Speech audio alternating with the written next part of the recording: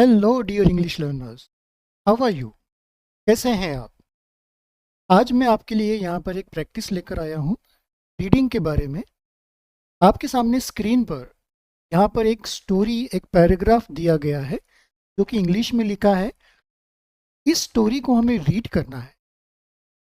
आपको पता ही है कि अंग्रेजी भाषा यदि हमें सीखनी है तो रीडिंग की जो एक्सरसाइज होती है वो हमारे लिए कितनी इम्पोर्टेंट है।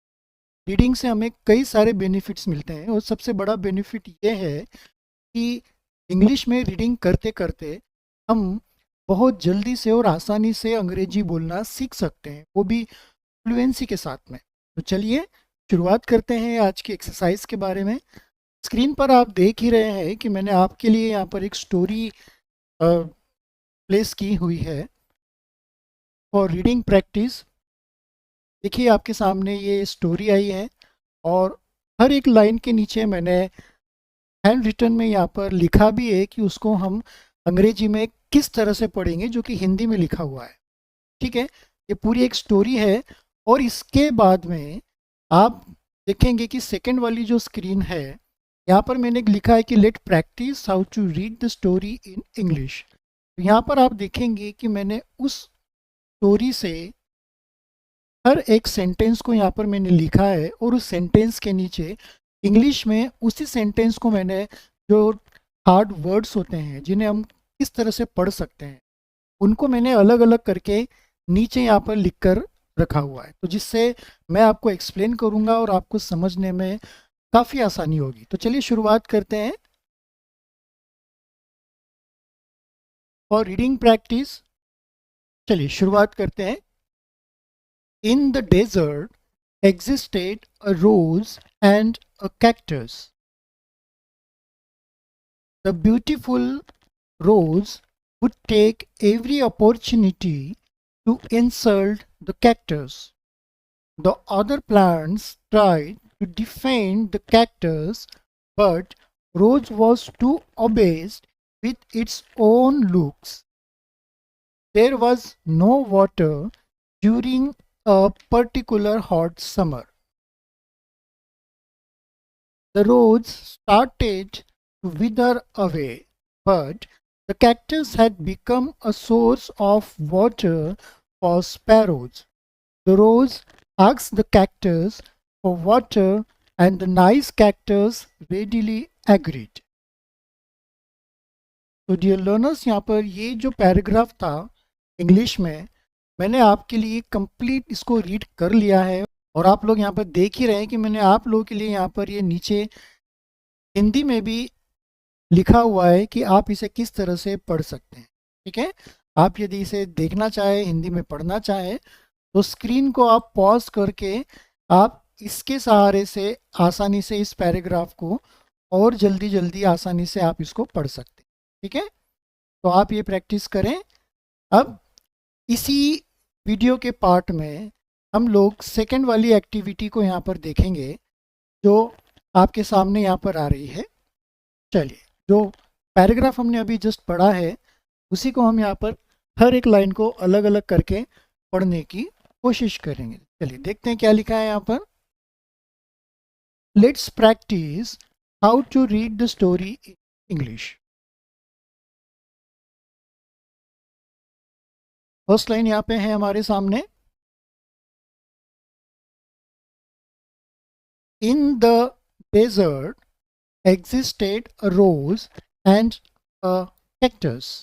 तो ये जो कंप्लीट सेंटेंस है इसमें जो हार्ड वर्ड्स यहाँ पे हमें मिल सकते हैं वो मैंने आप लोगों के लिए अलग ही हाईलाइट करके रखे हैं। देखिए, पहला तो आता है यहाँ पर डेजर्ट, ठीक है। दूसरा आता है एग्जिस्टेड, रोज, कैक्टस।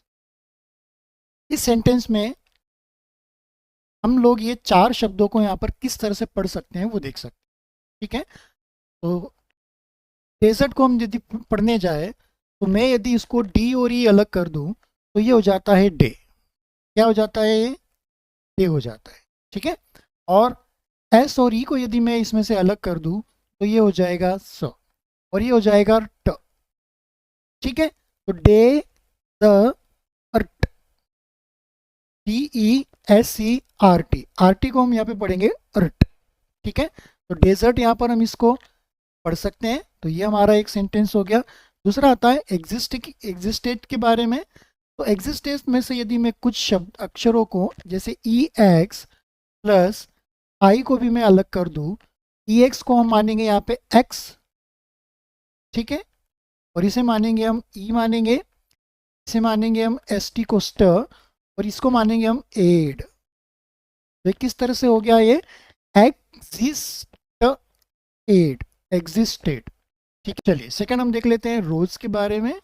तो रोज का यहाँ पे यदि मैं आर को अलग कर दूं तो ये र पड़ा जाएगा, ठीक है, और यदि ओ एस ई को यदि हम अलग कर दें तो ये आ जाएगा ओ, तो ये र और ओ, तो ये रो हो गया, तो रोज, ठीक है, ओके। अब यहाँ पे रोज हो गया, ठीक है, एंड अ कैक्टस।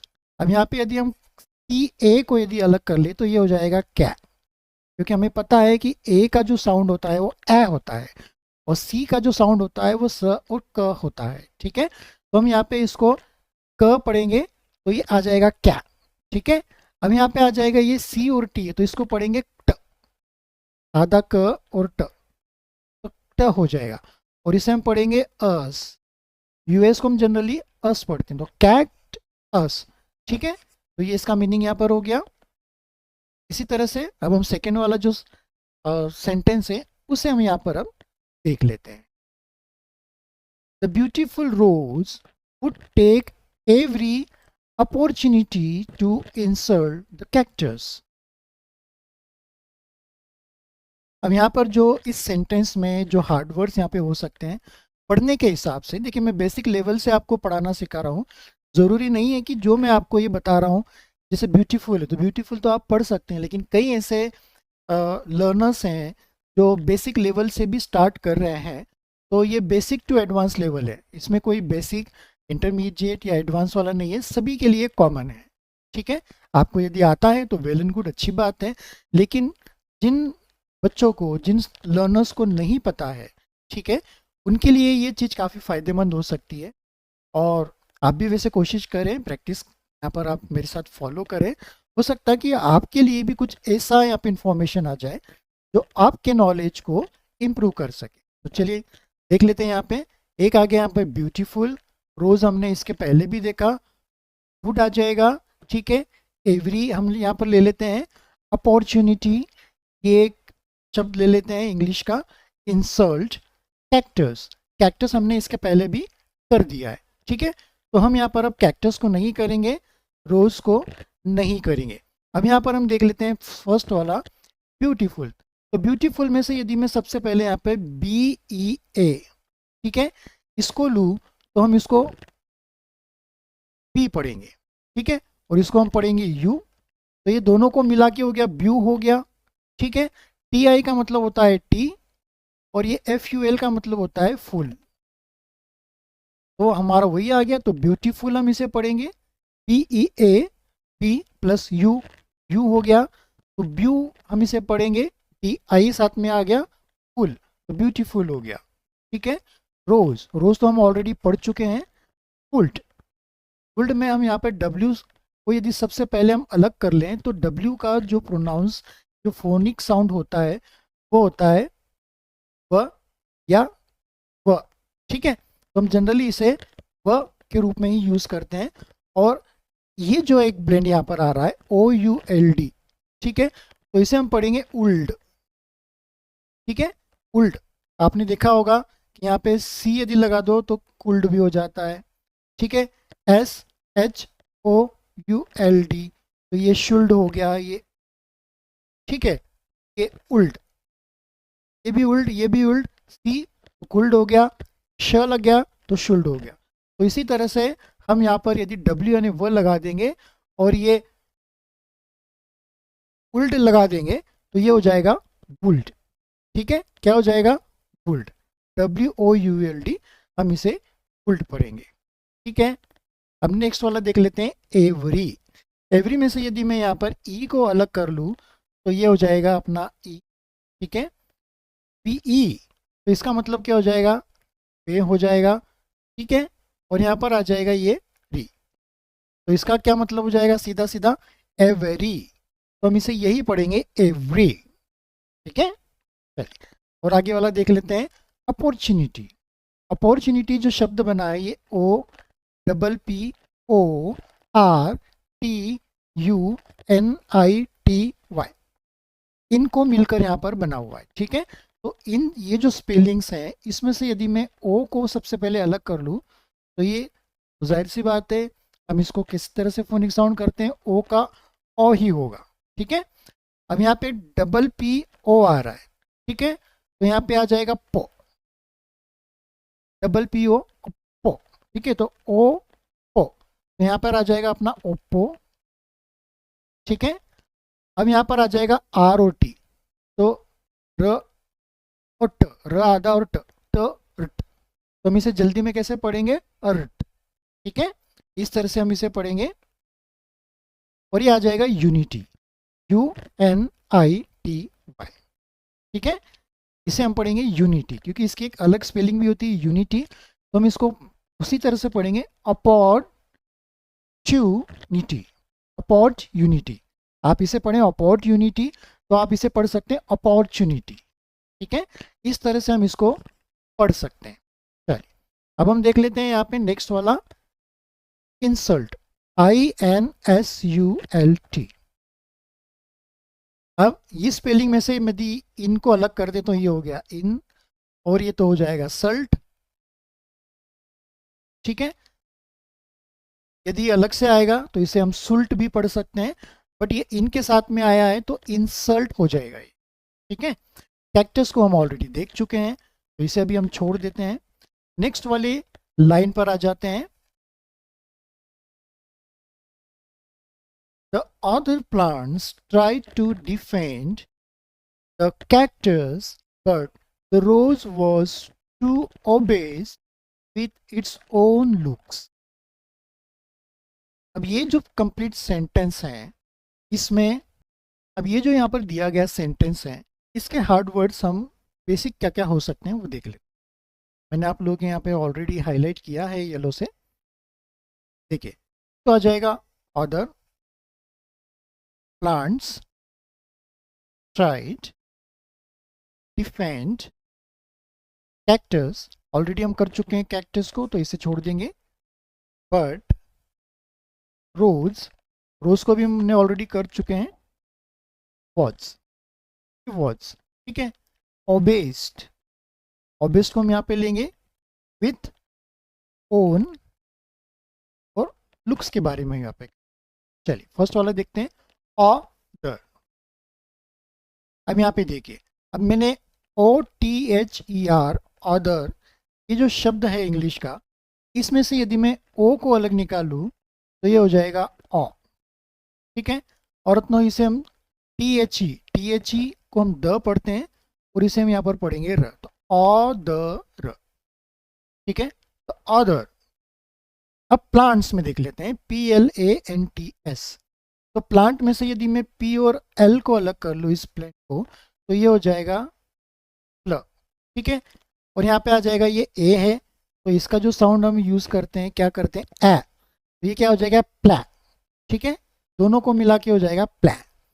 और ये एंटी का मतलब हो गया यहाँ पे एंट्स, तो यहाँ पे आ जाएगा स, ठीक है, जो कि यहाँ पे लास्ट में लगा हुआ है, तो इसको पूरी तरह से किस तरह से हम पढ़ेगा, प्लांट्स, ठीक है, PLANTS plants.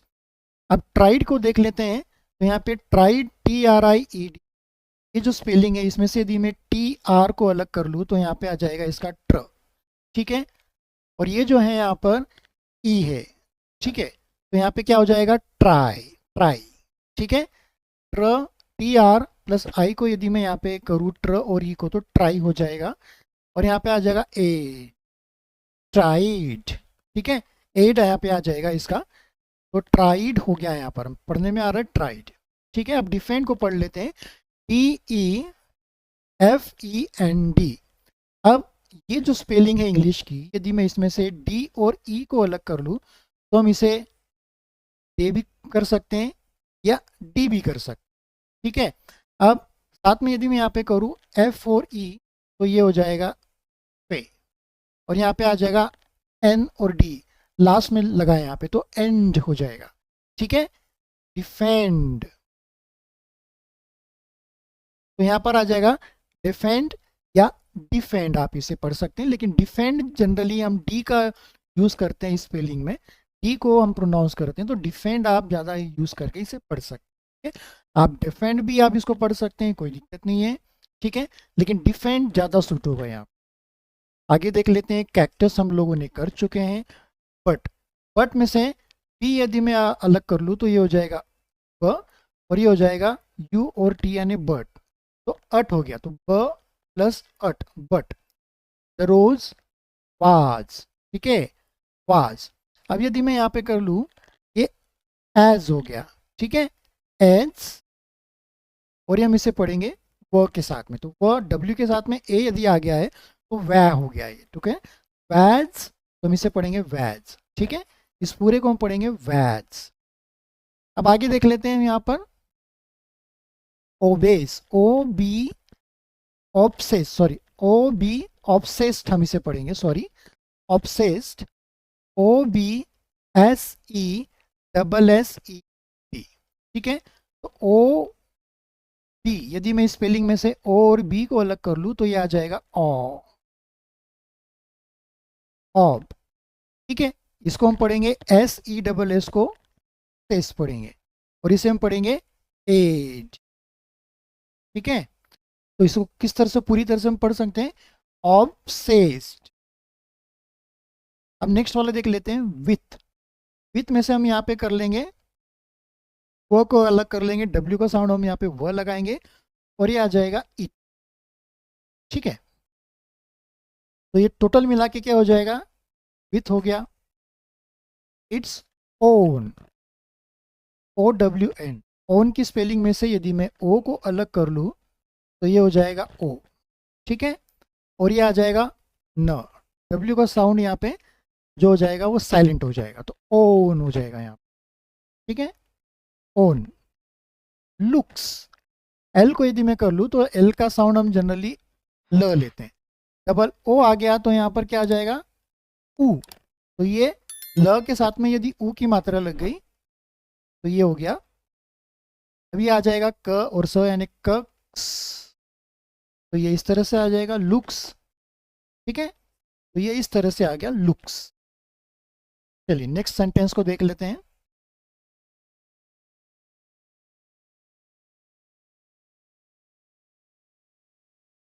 There was no water during a particularly hot summer। अब ये जो सेंटेंस आपके लिए दिया गया है, इसके हम हार्ड वर्ड्स क्या क्या यहाँ पर पढ़ने के लिए हो सकते हैं उन पे हम देख लेते हैं, टिक लगा लेते हैं। देयर, THERE, वॉज भी है यहाँ पर, पहले भी हम लोग देख चुके हैं, तो इसे मैं कट कर लेता हूँ। वाटर, ठीक है, वाटर यहाँ पर आ गया, WATER, ड्यूरिंग, ड्यूरिंग आ गया यहाँ पर, DURING, particularly, PARTICULARLY, particularly, hot, HOT, hot, and summer, SUMMER। ठीक है, शुरुआत कर ले। देयर, अब यहाँ पर आ जाता है देयर, देयर की जो स्पेलिंग है THERE, तो इसमें से यदि मैं THE इसको यदि मैं अलग कर लूँ तो इसे हम पढ़ते हैं द। ठीक है, द, ओके, अब यहाँ पे आ जाएगा ये आर, तो द हो गया। अब यहाँ पे हमने ई का स्पेलिंग यहाँ पे आ गया है, द को साथ में ई बीच में आ गया, तो हम इसे पढ़ेंगे ए। ठीक है, तो इसलिए यहाँ पर आ गया देयर, देयर के रूप में आ गया। ठीक है, वॉज हम लोगों ने कर चुके हैं, वाटर। ठीक है, WATR, इसमें से यदि मैं W को अलग कर लूँ तो ये हो जाएगा व।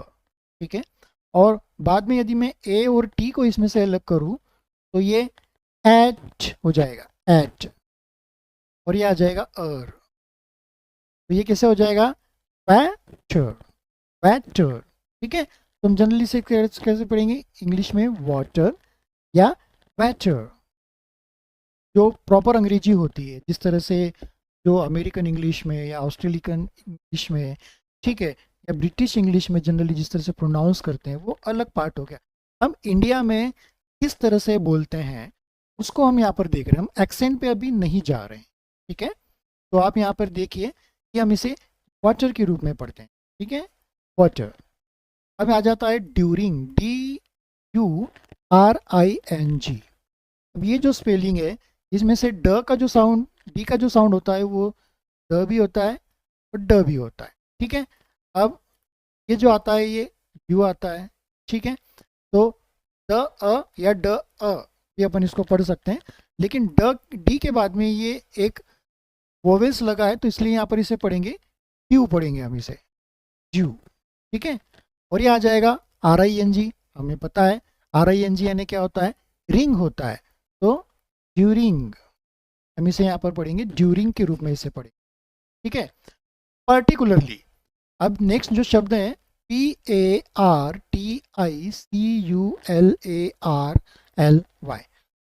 अब ये जो पर्टिकुलरली स्पेलिंग है, इसे यदि पढ़ना, यदि हमें सीखना है, तो इस स्पेलिंग में से हम P को अलग कर लेंगे तो ये हो जाएगा प, ठीक है। और ये हमें पता है ART, आर्ट होता है, ठीक है। तो P के साथ में, P के बाद में यहाँ पे A लग रहा है, तो ये हो जाएगा पा आ जाएगा, ठीक है, पार्ट, ठीक है, पार्ट। इक, अब इसे पढ़ेंगे IC को, इसके पढ़ेंगे इक, अ पढ़ेंगे अब इसे हम, ठीक है। यू को अ पढ़ेंगे, LA को हम पढ़ेंगे ल या ला पढ़ेंगे, ठीक है। और ये RLY, तो इसके हम पढ़ेंगे रली, इस तरह से आ जाएगा, ठीक है।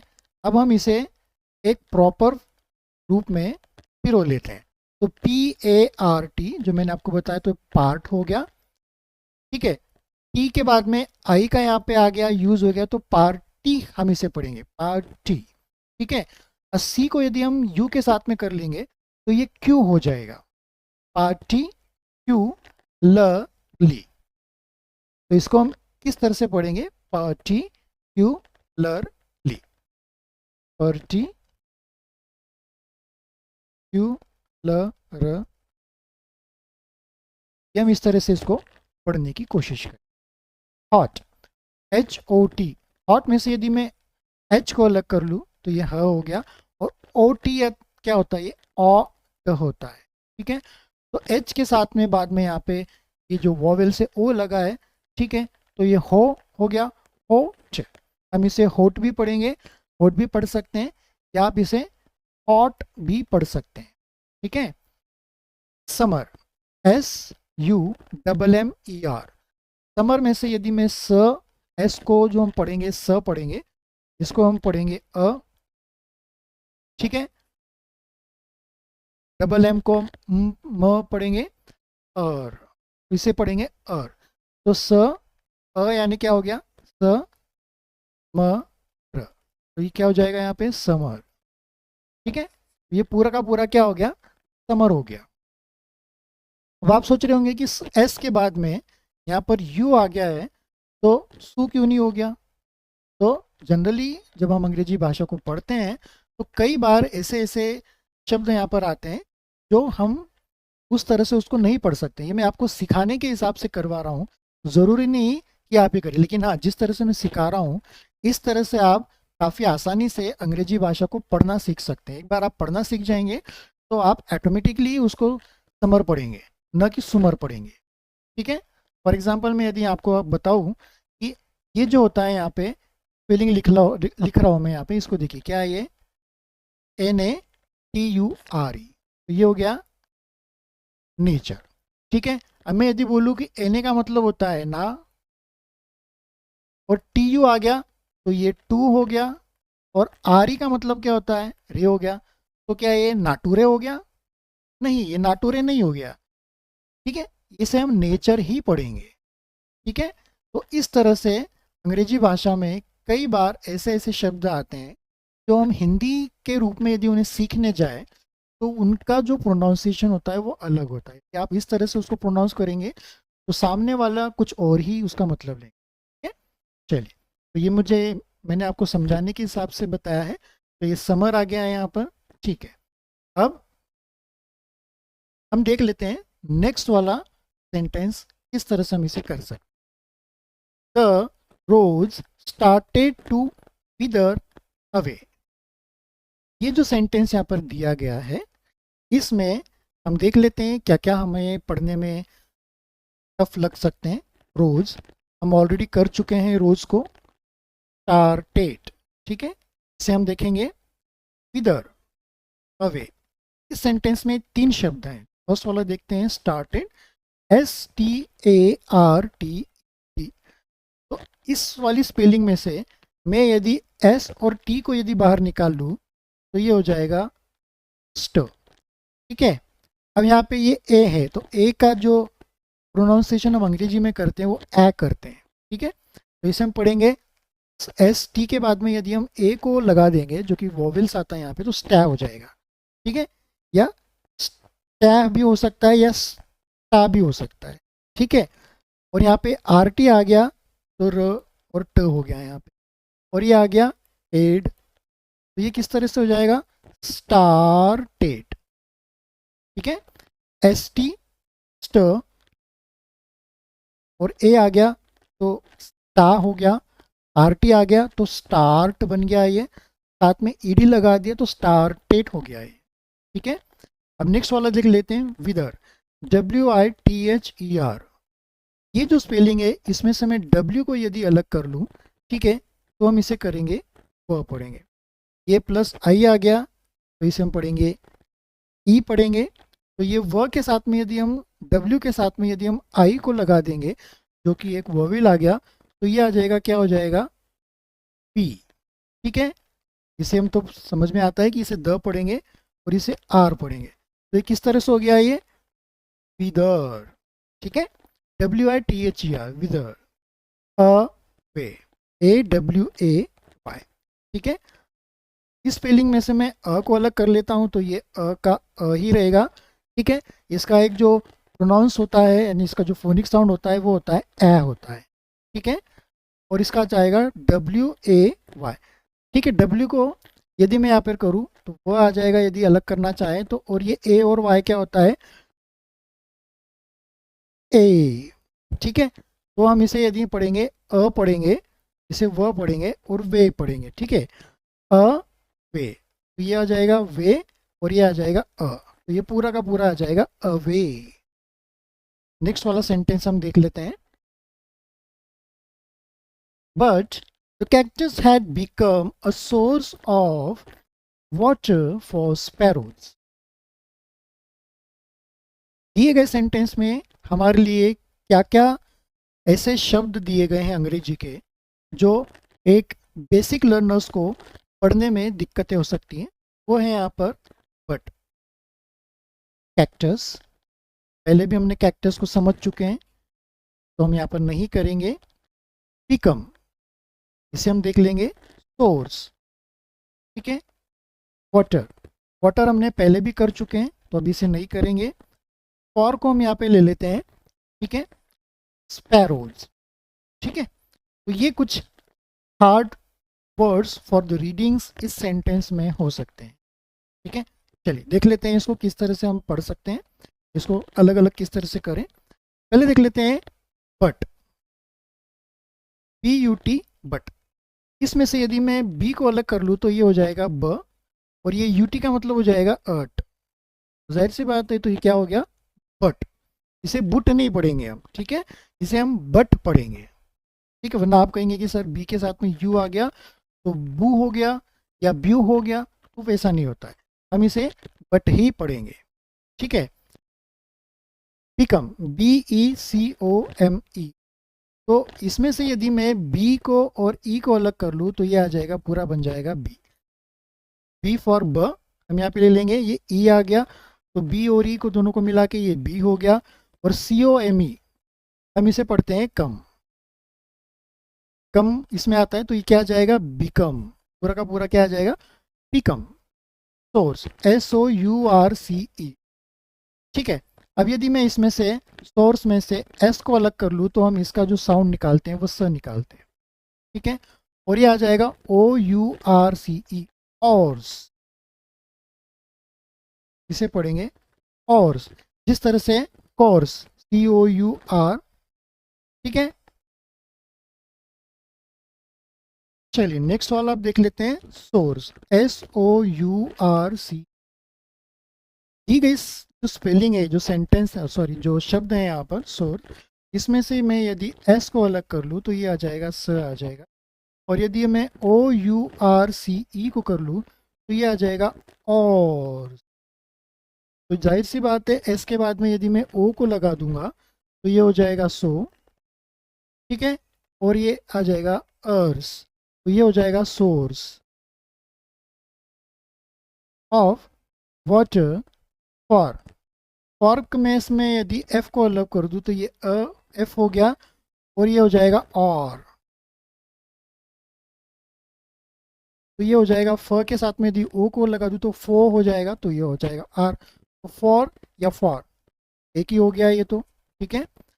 पैरोस, SPARROWS, ठीक है। अब ये जो दी गई स्पेलिंग है इसमें से मैं यदि एस और स्पी को अलग कर लूँ तो इसे पढ़ूंगा स्प, और यहाँ पे ये ए है तो ए को मैं यहाँ पे अंग्रेजी में हमारा जो साउंड निकलता है इसका फोनिक साउंड वो होता है ए, ठीक है। अब यहाँ पे आ गया है र, डबल आर आ गया है, बोल सकते हैं पैर, तो SPA, तो ये क्या हो गया, एक तरह से स्पै हो गया, तो स्प में एग को यदि मैं जोड़ दूंगा तो स्पै हो जाएगा, ठीक है। और ये डबल आर जोड़ दिए तो स्पैर हो गया, स्पैर, और यदि OWS तो ओज हो गया, ठीक है। तो ये क्या हो गया, ओज। तो हम यदि इसको जोड़ेंगे तो क्या हो जाएगा, ये पैरोज, ठीक है, पैरोज। एस लग के यहाँ पे क्या हो गया कि स्पैरो का स्पैरोज हो गया है, ठीक है। ये यहाँ पे एस लगने से इसका प्लूरल हो गया है, ठीक है। चलिए तो नेक्स्ट वाला सेंटेंस जो है उसे अब हम देख लेते हैं, समझ लेते हैं कि किस तरह से पढ़ना, उसे हम देख लेते हैं कि किस तरह से हम पढ़ सकते हैं। चलिए,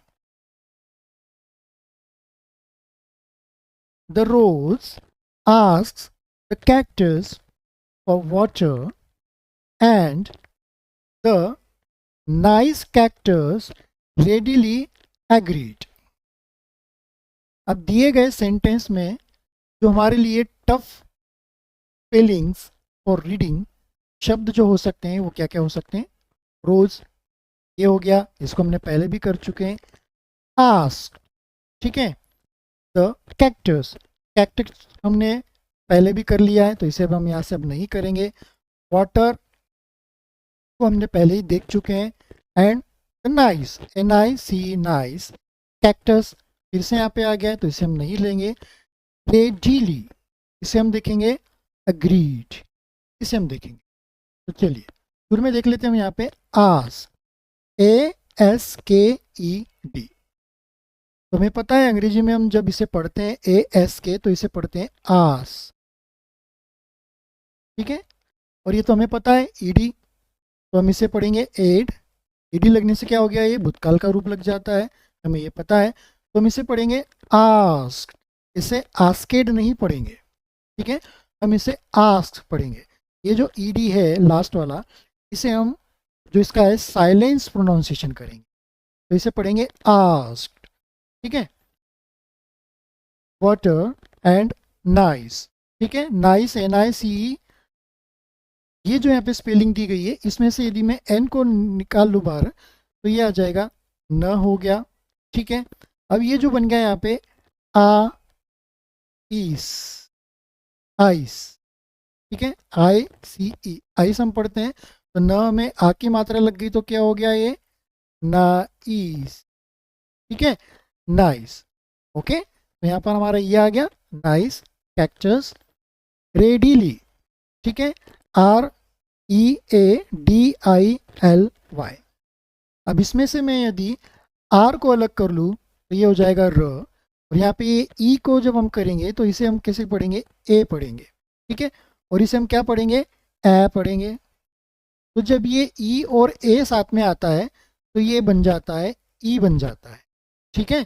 और इसके साथ में यदि र आ गया तो र और ई को मिला के हो जाएगा ई, ठीक है, री बन गया है, आर और री बन गया, लेकिन यहाँ पे साथ में डी है, ठीक है। तो ये आ जाएगा, डी आ गया, और ये आ जाएगा, ली आ जाएगा, ठीक है। तो हम इसे अब कैसे पढ़ेंगे, रीडीली नहीं पढ़ेंगे, हम इसे रेडीली पढ़ेंगे। तो ये क्या हो जाएगा, एक तरह से र के साथ में यहाँ पे ई ए आ गया और डी आई आ गया, तो इसे हम पढ़ेंगे रेडी, ठीक है। और यहाँ पे आ जाएगा, ली आ जाएगा, तो रेडी ली आ जाएगा। तो ये जो पूरा का पूरा है हमारा ये, इसे हम पढ़ेंगे रे डी ली पढ़ेंगे इसे, ठीक है। अब आ जाते हैं यहाँ पर हम एग्रीड, AGREE।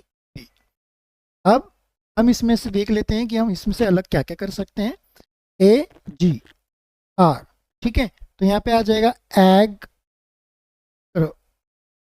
एग इसे पढ़ेंगे, और ये आ जाएगा, तो ये एग्र हो गया एक तरह से, ठीक है। कैसे, ये एग हो गया प्लस र आ गया आधा र, तो ये क्या हो गया, ये एग्र, ठीक है। अब ये डबल ई आ गया है, ठीक है। तो हम इसे पढ़ेंगे, ठीक है, और इसे पढ़ेंगे ड, ओके।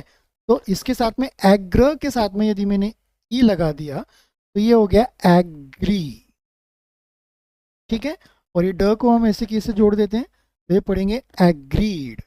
तो इस तरह से हम अंग्रेजी में इसको रीडिंग के हिसाब से डिकोड कर सकते हैं।